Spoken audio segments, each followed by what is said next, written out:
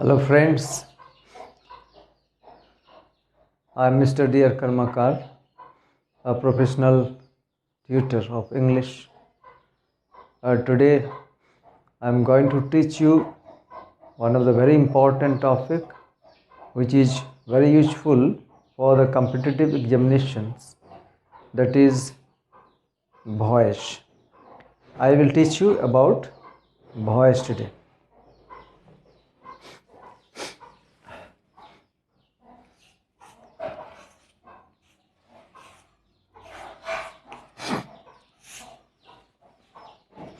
I think all of you are well known about this topic.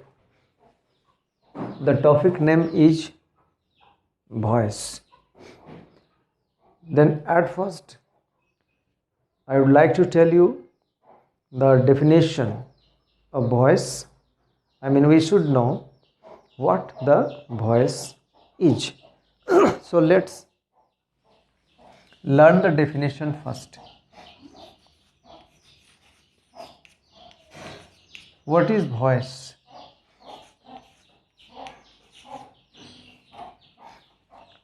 What is voice?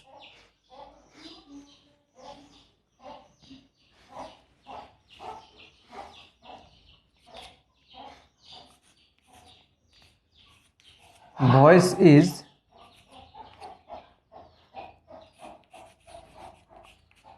that form of a verb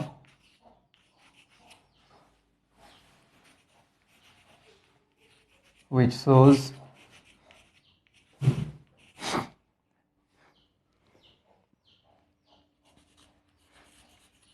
what is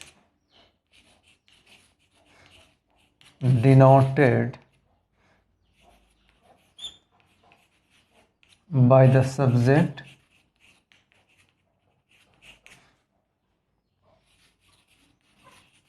does something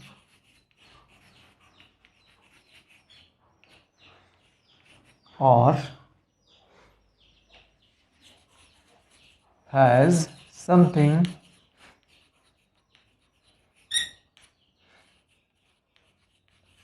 done to it.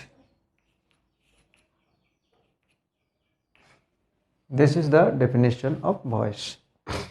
Voice is that form of a verb which shows what is denoted by the subject does something or has something done to it. ये रहा voice का परिभाषा. voice भी एक बहुत ही महत्वपूर्ण topic है competitive exams के लिए, इसलिए आप सबसे गुजारिश है, सजेशन है, सुझाव है कि इसको ध्यान दें, अच्छी तरह से इसको भी सीखें, जो कि आपके लिए एग्ज़ाम्स में मददगार हो. तो ये रहा परिभाषा. परिभाषा हर चीज़ का जानना ज़रूरी है, इसलिए हम सबसे पहले आप लोगों को इसका परिभाषा के बारे में थोड़ा अवगत करा रहे हैं. ऐसी तो ये रहा वॉइस का परिभाषा. वॉइस किसे कहते हैं? वॉइस देखिए, वॉइस भी वर्ब्स का ही एक फॉर्म होता है. और एक चीज़ अच्छी तरह से ध्यान देने की बात यह है कि वॉइस जो हम लोग ट्रांसफॉर्म करते हैं, ये ट्रांसफॉर्मेशन का एक टॉपिक है. ट्रांसफॉर्मेशन का एक topic, this is one of the topic of transformation. And voice जो है ये केवल ट्रांजिटिव वर्ब का होता है. गौर से ध्यान दें, गौर से देखें.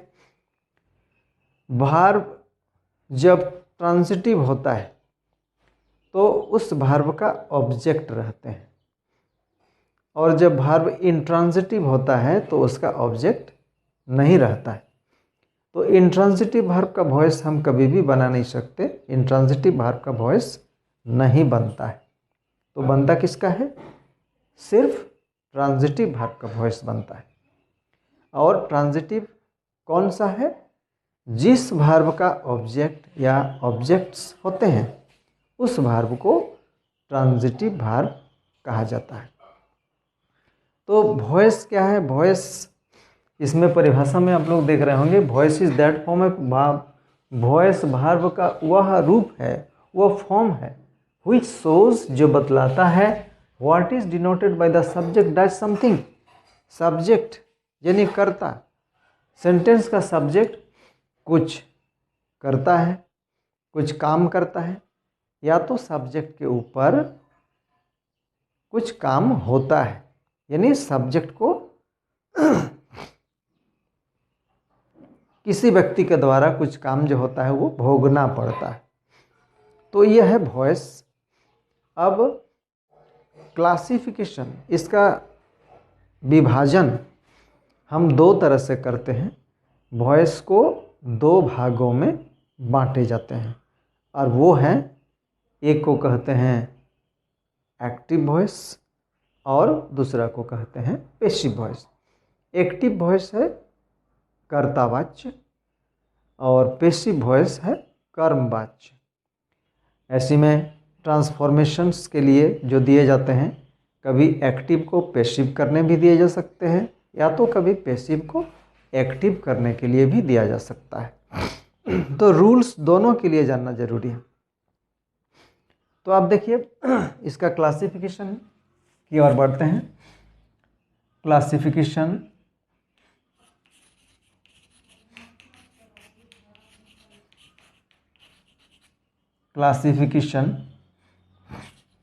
of voice, we can classify voice into two parts। इसको हम दो भाग में बांटते हैं। पहला हुआ एक्टिव वॉइस एंड दूसरा हुआ passive voice. Active and passive in Hindi में एक्टिव वॉइस को कर्ता वाच्य और पैसिव वॉइस को कर्म वाच्य कहते हैं। अब देखिए, most important thing is that how to change active voice into passive voice. इसका हम आप लोगों को सबसे पहले कुछ स्टेप्स भी बताएंगे, या उससे पहले इसका तरीका हम बताएंगे कि किस तरह से, कैसे, किस प्रकार से एक्टिव वॉइस को पैसिव में चेंज किया जाता है। How to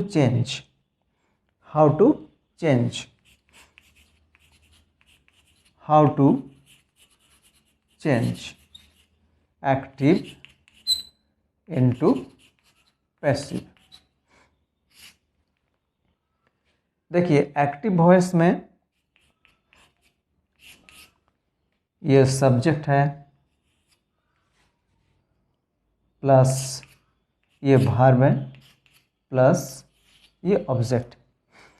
this is the subject of active voice, the verb of active voice and the object of active voice.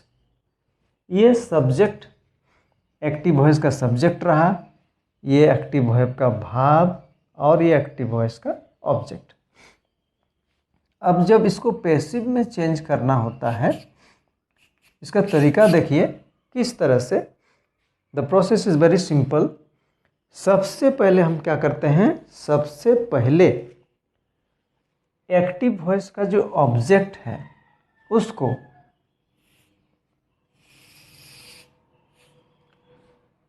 Passive voice का सब्जेक्ट के जगह में लाया जाता है।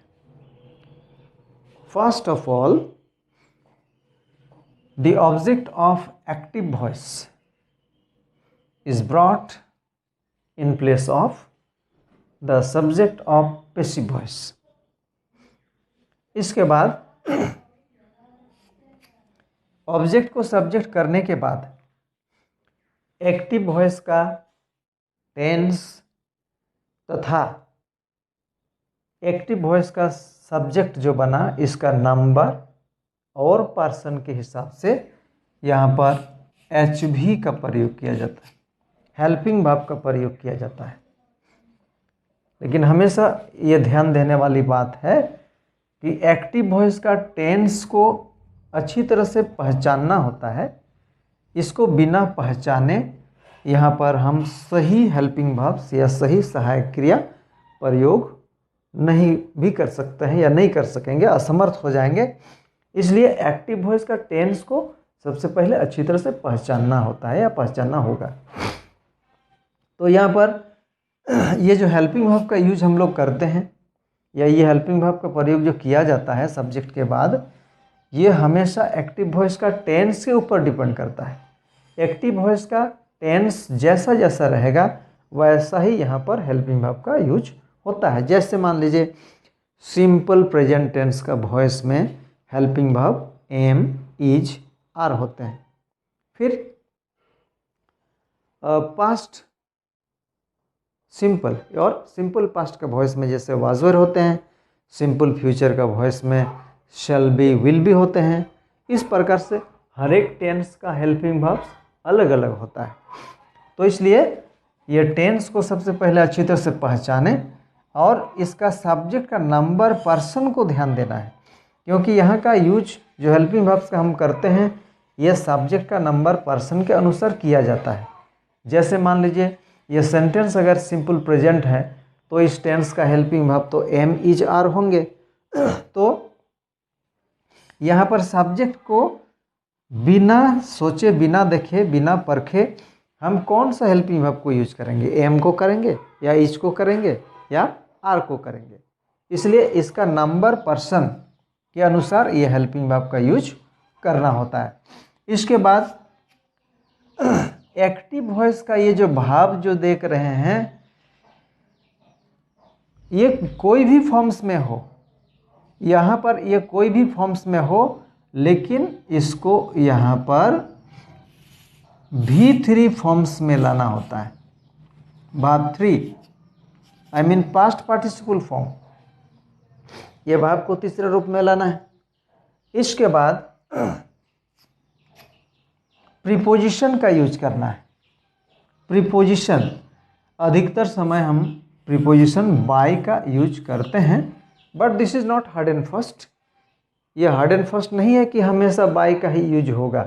प्रीपोजिशन कभी लुप्त भी रह जाता है और कभी बाय के बदले या बाय के स्थान में कोई दूसरे प्रीपोजिशन भी आ जाते हैं। इसलिए ये हार्ड एंड फास्ट नहीं है, बट जो कि यहाँ प्रीपोजिशन लगता है इसलिए हम यहाँ पर लिख दिए बाय। अब उसके बाद क्या करना है, अब देख रहे हैं ये जो सब्जेक्ट एक्टिव वॉइस का जो सब्जेक्ट है ये क्या होता है, ये आपका पैसिव वॉइस का ऑब्जेक्ट बन जाता है।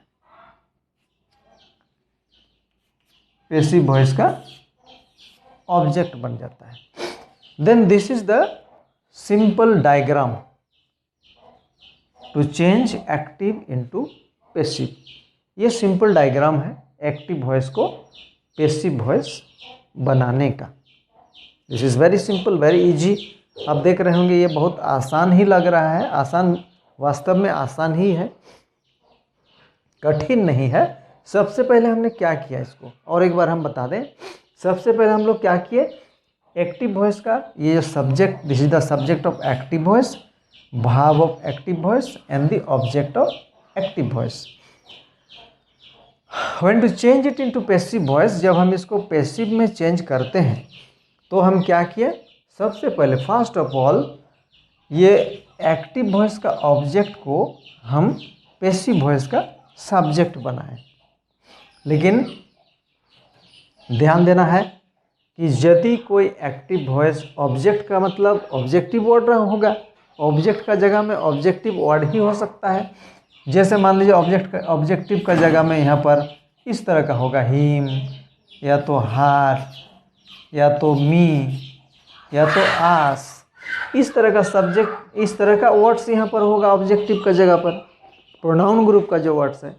तो जब यहाँ पर मान लीजिए ऑब्जेक्ट का जगह में जब हिम रहेगा तो हम जब इसको सब्जेक्ट के जगह में लाएंगे तो हिम का स्थान में हमको ही का यूज करना पड़ेगा, मतलब सब्जेक्टिव फॉर्म को यूज करना पड़ेगा। अगर यहाँ पर हार है तो यहाँ पर हम सी का यूज करेंगे, अगर यहाँ पर मी है तो यहाँ पर आई हो जाएगा, अगर यहाँ पर आस है तो यहाँ पर वी हो जाएगा, अगर यहाँ पर देम है तो यहाँ पर दे हो जाएगा सब्जेक्टिव फॉर्म। और जब कोई नाउन होता है, जब कोई नाउन जब होगा तो उसको, जब कोई नाउन होगा तो उसको हम नाउन के रूप में ही यहाँ पर लाएंगे या नाउन के रूप में ही लाते हैं। अगर यहाँ पर राम है तो यहाँ पर भी राम होगा, यहाँ श्याम है तो यहाँ पर भी श्याम, यहाँ ए लेटर है तो यहाँ पर भी ए लेटर होगा। नाउन को चेंज हम नहीं कर सकते हैं, वो नाउन के रूप में ही आता है।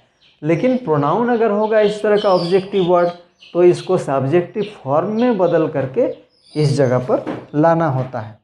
तो उसके बाद ये सब्जेक्ट को, ये ऑब्जेक्ट को सब्जेक्ट बनाने के बाद most important thing is that कि हमको यहाँ पर हेल्पिंग वर्ब या तो एक्सिलरी वर्ब का यूज करना होगा। और ये एक्सिलरी वर्ब का यूज हमेशा एक्टिव वॉइस का टेंस और पैसिव का ये नया सब्जेक्ट जो बना इसका नंबर पर्सन के ऊपर डिपेंड करता है। तो इसके अनुसार हम यहाँ पर हेल्पिंग वर्ब का यूज करेंगे। इसके बाद एक्टिव वॉइस का वर्ब चाहे जो भी फॉर्म्स में हो उसको हम पैसिव वॉइस में, उसको हम पास्ट पार्टिसिपल फॉर्म में चेंज करेंगे पैसिव में। इसके बाद वर्ब 3 के बाद या past participle form of verb के बाद हमेशा प्रीपोजिशनल वर्ड का यूज करेंगे, जैसे मैंने यहाँ पर बाय का यूज किया। And last of all active voice का सब्जेक्ट को पैसिव वॉइस का ऑब्जेक्ट के जगह में लाएंगे। ठीक उसी तरह जैसे यहाँ पर अगर आई है तो ऑब्जेक्ट के जगह में जब हम इसको लाएंगे तो हमको यहाँ पर मी करना पड़ेगा। यहाँ पर अगर वी है तो उस जगह में जाते समय आस हो जाएगा।